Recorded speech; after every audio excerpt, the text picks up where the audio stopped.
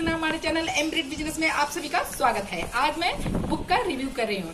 ये बुक है, देखिए 10 शक्तिशाली वाक्य, रिच डिवोशनल का अपने जीवन के वाक्य लिखे, 10 वर्ड में लिखे उन्होंने वाक्यों में, और जिसे मैं कुछ कहीं कहीं से मैं आपको बताऊंगी कि इन्होंने क्या क्या लिखा है अपने जीवन के बारे में। तो आइए देखते हैं। सकारात्मक बनने की कला। मैंने यह सीखा है कि लीडरशिप और तरक्की के लिए सकारात्मक चिंतन व प्रोत्साहन अनिवार्य है। आप कंपनी के लीडर हो या अपने बच्चे को, आप पाएंगे कि सकारात्मक सोच काफी संक्रामक होती है और परिवर्तन के लिए घनीभूत ईंधन भी। आइए जानते हैं पहला वाक्य, मैं गलत हूँ। तो देखिए कुछ बातों को मैंने अंडरलाइन की हुई बता रही हूँ। मैं गलत हूँ वाक्य में शुरू करने का फैसला मैंने इसलिए किया क्योंकि इसे कहना और सचमुच स्वीकार करना सबसे मुश्किल होता है। यह स्वीकार करना मुश्किल होता है कि हम गलत थे, चाहे यह खुद के सामने ही क्यों ना हो, और दूसरों के सामने मैं गलत हूँ कहना तो और भी ज्यादा मुश्किल होता है, खास तौर पर उन लोगों के सामने जिनकी हम सबसे ज्यादा परवाह करते हैं या जिनसे हम सबसे ज्यादा परवाह की उम्मीद करते हैं। चलिए आगे बताती हूँ। अगर मैं गलत हूँ वाक्य हमारे दिल के बजाय सिर्फ ओठों से ही निकले तो इसे कहने से कोई फायदा नहीं होगा। इसके लिए अक्सर हमारे भीतर एक वास्तविक और गहरे परिवर्तन की जरूरत होती है, क्योंकि हमें यह स्वीकार करना पड़ता है कि हम गलत हो सकते हैं। भले ही यह मानने से हमारे अहम को ठेस पहुंचे, लेकिन हमें यह एहसास करने की जरूरत है कि यह मानव स्वभाव है और हर इंसान गलतियां करता है। हमें यह एहसास भी होना चाहिए कि दूसरों के सामने अपनी गलती मानने से हम उनके जीवन पर सकारात्मक प्रभाव डाल सकते हैं। और देखिए, मैं गलत हूँ सकारात्मक लोगों के लिए शक्तिशाली वाक्य है, क्योंकि यह किसी तनावपूर्ण संबंध के दर्द को धो सकता है, किसी सौदे को आगे बढ़ा सकता है, किसी बहस को खत्म कर सकता है, उपचारक प्रक्रिया शुरू कर सकता है और दुश्मनों को दोस्त में बदल सकता है। सकारात्मक बनने के तरीकों की तलाश करते समय मैं गलत हूँ कहने से हमारा नजरिया बदल जाता है और संबंध स्वस्थ बन जाते हैं। खुद के सामने गलती मानना मुश्किल है और दूसरों के सामने मानना तो और भी ज्यादा मुश्किल है, लेकिन हम सभी को यह मुश्किल सबक सीखने की जरूरत है। मैं गलत हूँ, आप सही हैं। इसे आजमाकर देखें, आप पाएंगे कि यह उतना मुश्किल नहीं है जितने आप कल्पना कर रहे हैं, और धीरे धीरे यह ज्यादा आसान होता चला जाएगा। और आगे देखिए, ये देखिए दूसरा पॉइंट क्या लिखा हुआ है, बहुत अच्छी बात लिखा। मुझे अफसोस है। मैं गलत हूँ और मुझे अफसोस है, हम जोली है। ये वास्तव में क्षमा के लिए संजीवनी बूटी जैसे शब्द है। मुझे अफसोस है वाक्य मैं गलत हूँ के साथ बोला जाता है, लेकिन यह इससे भिन्न भी है और मैं गलत हूँ की तरह ही इसे सीखना और कहना भी मुश्किल होता है। मुझे अफसोस है कहने की योग्यता से यह पता चलता है कि हम सामने वाले व्यक्ति का दृष्टिकोण देख सकते हैं कि हम संबंध बनाए रखना चाहते हैं, कि हम इतने घमंडी नहीं हैं कि दूसरों में अच्छाई ना देख सके। मुझे अफसोस है कहने का एक और तरीका इस बात के लिए क्षमा मांगना है कि आप किसी कार्यक्रम में उपस्थित नहीं हो पाएंगे या कोई आग्रह पूरा नहीं कर पाएंगे। यह अफसोस का एक अलग पहलू है। मुझे उस चीज के लिए अफसोस है जिसे मैं नहीं कर पाया। मुझे बहुत अफसोस है कि मैं आपकी पार्टी में शामिल नहीं हो पाया, या मुझे सचमुच अफसोस है कि मैं कल रात आपके डिनर में नहीं आ पाए। हमें प्रेम और सम्मान की भावना के साथ यह कहने की जरूरत है, मुझे अफसोस है कि मैं वहां नहीं पहुंच पाया। जिंदगी ऐसी घटनाओं से भरी है जिनके लिए मुझे अफसोस है वाक्य शक्तिशाली हो सकता है। ये 3 छोटे शब्द कहना कई बार मुश्किल हो सकता है, या आपके जीवन के साथ साथ दूसरों के जीवन को भी समृद्ध कर देगा। मुझे अफसोस है कहने से इस बात की पुष्टि होगी कि आप उसकी परवाह करते हैं और उसके साथ अपने संबंध को मजबूत बनाना चाहते हैं, जो इसके बिना टूट सकता है था या खत्म हो सकता था। आइए तीसरे वाक्य में देखते हैं क्या लिखा है। देखिए तीसरे वाक्य बहुत अच्छी बातें लिखी हुई है। आप यह कर सकते हैं, आप यह कर सकते हैं मेरे जीवन का बहुत अहम वाक्य रहा है। आपको इस वाक्य की शक्ति से वाकिफ कराने का सबसे अच्छा तरीका मेरे अतीत की ऐसी बातें बताना है जब मुझे आप यह कर सकते हैं कि जीवन दर्शन से ताकत मिली। सौभाग्य से बचपन में मेरे पिताजी आप यह कर सकते हैं कि सकारात्मक वाक्य से मुझे हमेशा प्रोत्साहित करते थे। मैं इस पंक्ति के लिए मशहूर हो चुका हूँ क्योंकि मैंने बाद में इसका इस्तेमाल दुनिया भर के एमबे डिस्ट्रीब्यूटर को प्रेरित करने के लिए बार बार किया। मैंने यह वाक्य अपने शब्दावली में शामिल कर लिया है और इसका इस्तेमाल अपने बच्चों, नाती पोतों और उन लोगों के लिए करता रहता हूँ जिनकी मैं परवाह करता हूँ और जिन्हें मैं उनकी संभावना तक पहुँचते देखना चाहता हूँ। आप यह कर सकते हैं हमारे घर का सूत्र वाक्य बन गया है और मुझे यकीन है कि इसका हमारे बच्चों पर काफी सकारात्मक प्रभाव पड़ा है। आगे देखिए, आप यह कर सकते हैं नजरिए को दूसरों में और खुद में प्रोत्साहित करना महत्वपूर्ण है। कई बार तो यह इकलौती चीज होती है जो इंसान को अपना लक्ष्य हासिल करने के लिए प्रेरित करती है। भले ही आप वह काम करने के बाद असफल हो जाएं, लेकिन अपने यह जानने की शक्ति और साहस होगा कि आप कितनी दूर तक पहुंच गए। इसलिए आप दोबारा कोशिश करेंगे या अगली बार इसे अलग तरीके से करेंगे या ज्यादा आत्मविश्वास के साथ कोई नया काम करेंगे। इस बारे में सोचेंगे कि आप क्या कर सकते हैं और बस उसमें जुट जाएंगे। बड़ा सोचें। बहुत सारे लोग कभी कुछ करने की कोशिश ही नहीं करते हैं क्योंकि वे डरते हैं, असफल से डरते हैं। वे इस बात से डरते हैं कि कोई उनकी आलोचना करेगा या हंसी उड़ाएगा क्योंकि उनके पास पर्याप्त प्रशिक्षण या विशेषज्ञता नहीं है। उन लोगों से मैं एक ही बात कहता हूँ, एक लक्ष्य तय करें और उनकी ओर बढ़ें। आप यह कर सकते हैं। और आगे देखिए चौथा वाक्य में क्या लिखा हुआ है, मुझे आपकी क्षमता में यकीन है। हमें उन लोगों से सतर्क रहना चाहिए जो अपनी बातों या कामों से यह दिखाते हैं कि उन्हें हमारी क्षमता में यकीन नहीं है।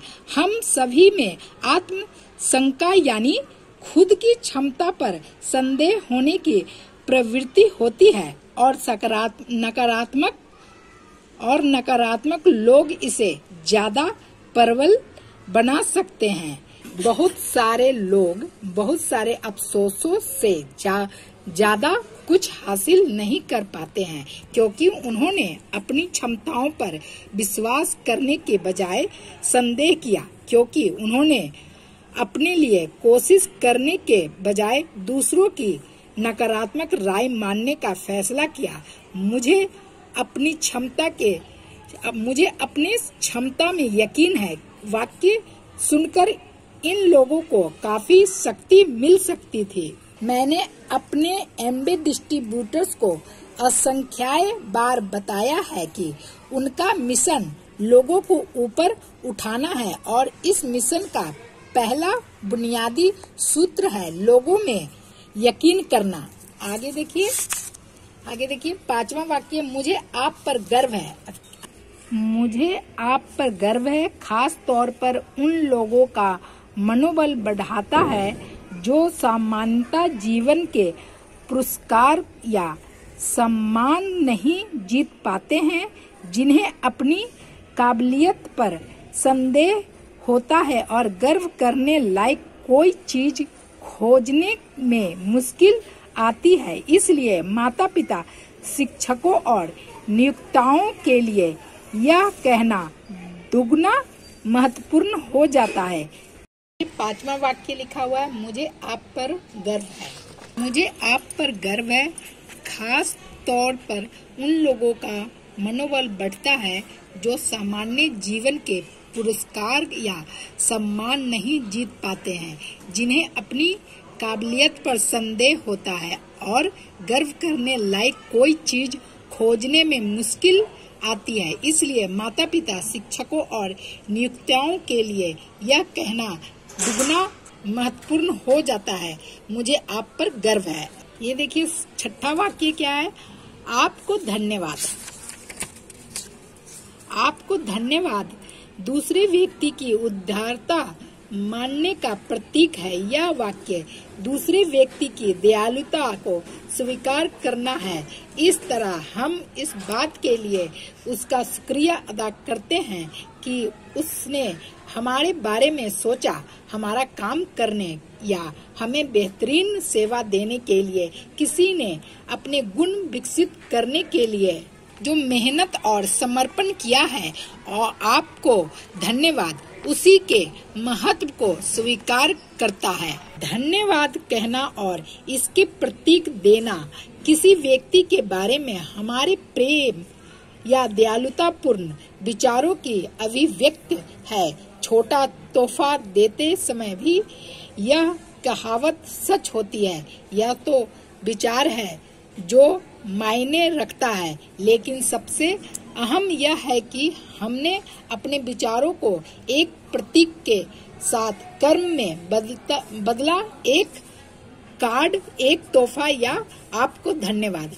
मैं आपको महत्व देता हूँ, आपने अच्छा काम किया और उस काम ने मेरी मदद की। आपको धन्यवाद कहने के अलावा हर दिन अपने नजरिए को थोड़ा बदलें और ईश्वर की प्रचुर नियामतों के लिए शुक्रगुजार होने की आदत डालें।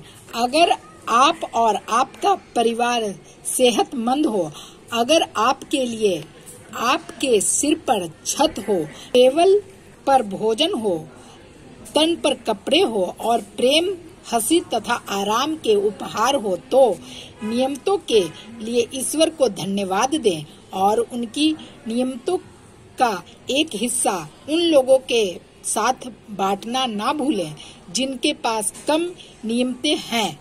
आगे देखते हैं। ये देखिए 7वां वाक्य लिखा है, मुझे आपकी जरूरत है।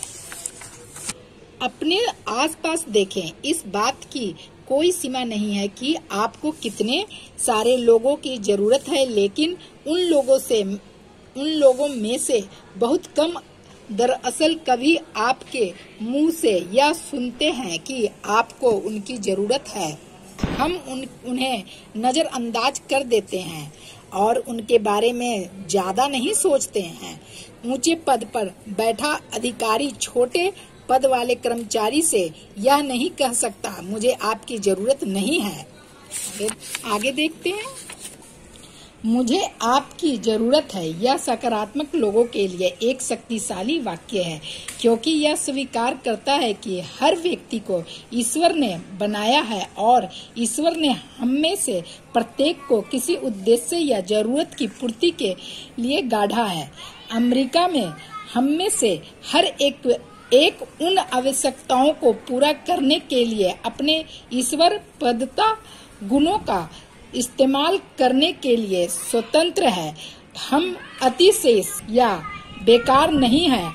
हम जेट इंजन के उस हिस्से की तरह हैं जो दूसरे हिस्सों के साथ काम करके हवाई जहाज को हवा में रखता है। हम उस वाद्य यंत्र की तरह हैं जिसकी जरूरत ऑर्केस्ट्रा को पूरा करने के लिए होती है। हम उस 11वें खिलाड़ी की तरह हैं जिनकी जरूरत विजेता फुटबॉल टीम को होती है।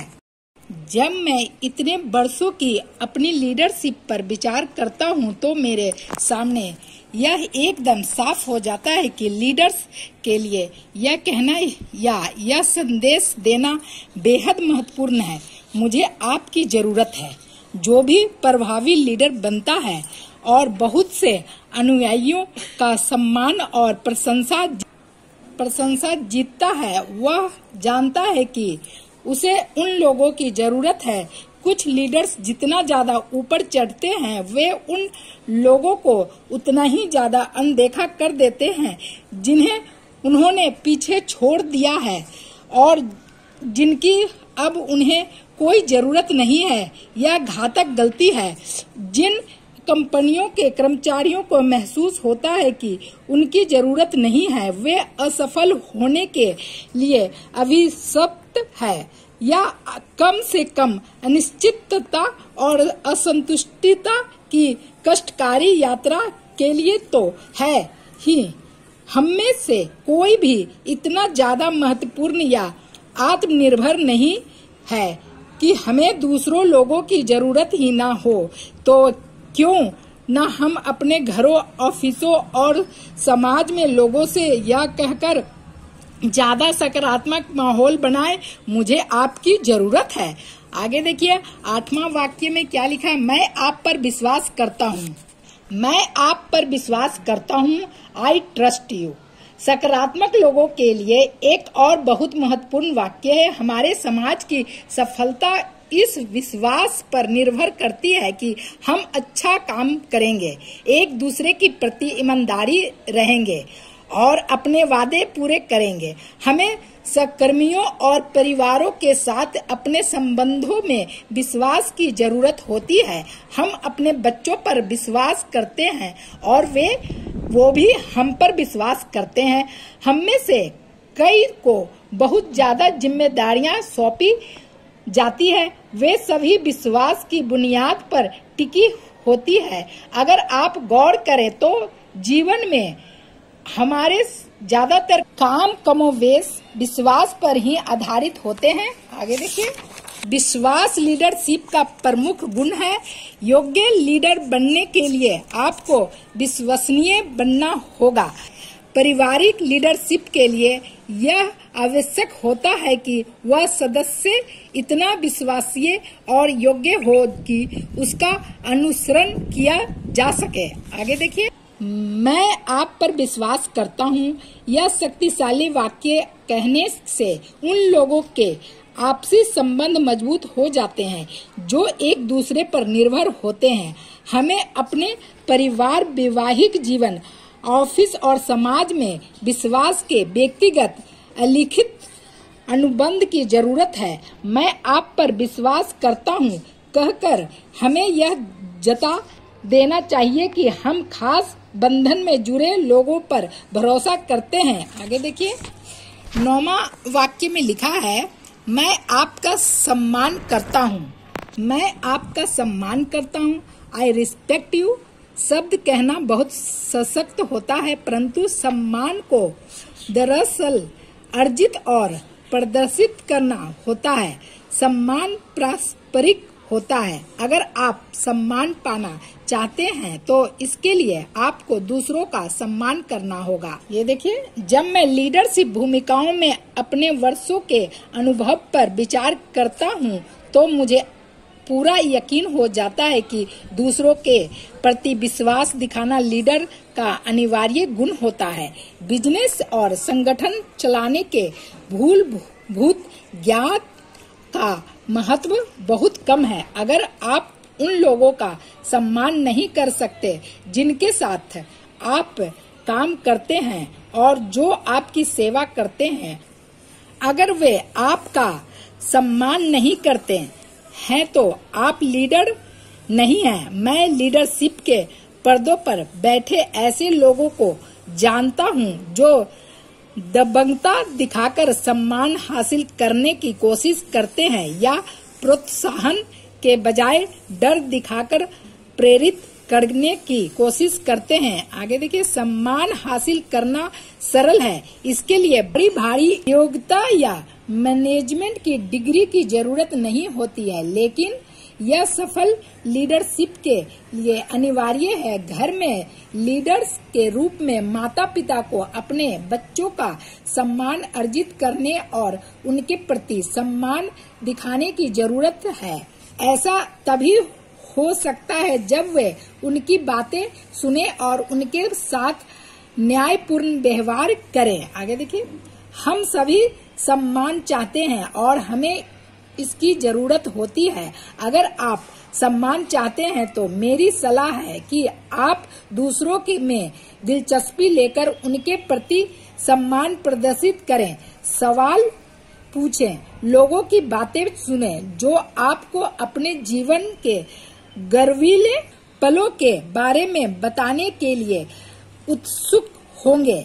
आपको जल्दी ही उनके बारे में कोई ऐसी चीज पता चल जाएगी जिनके लिए आप कह सकते हैं, मैं आपका सम्मान करता हूँ। ऐसा कहके आप उनका सम्मान हासिल कर लेंगे और इससे आपका आत्म सम्मान भी बढ़ेगा। आगे देखिए, 10वां वाक्य, मैं आपसे प्रेम करता हूँ।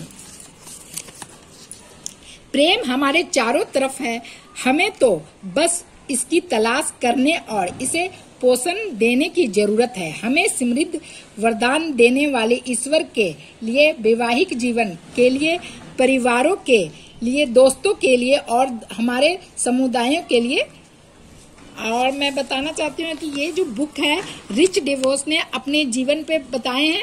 वीडियो देखने के लिए धन्यवाद। हमारे चैनल को लाइक करें, सब्सक्राइब करें, कमेंट करें, शेयर करें। Thank you.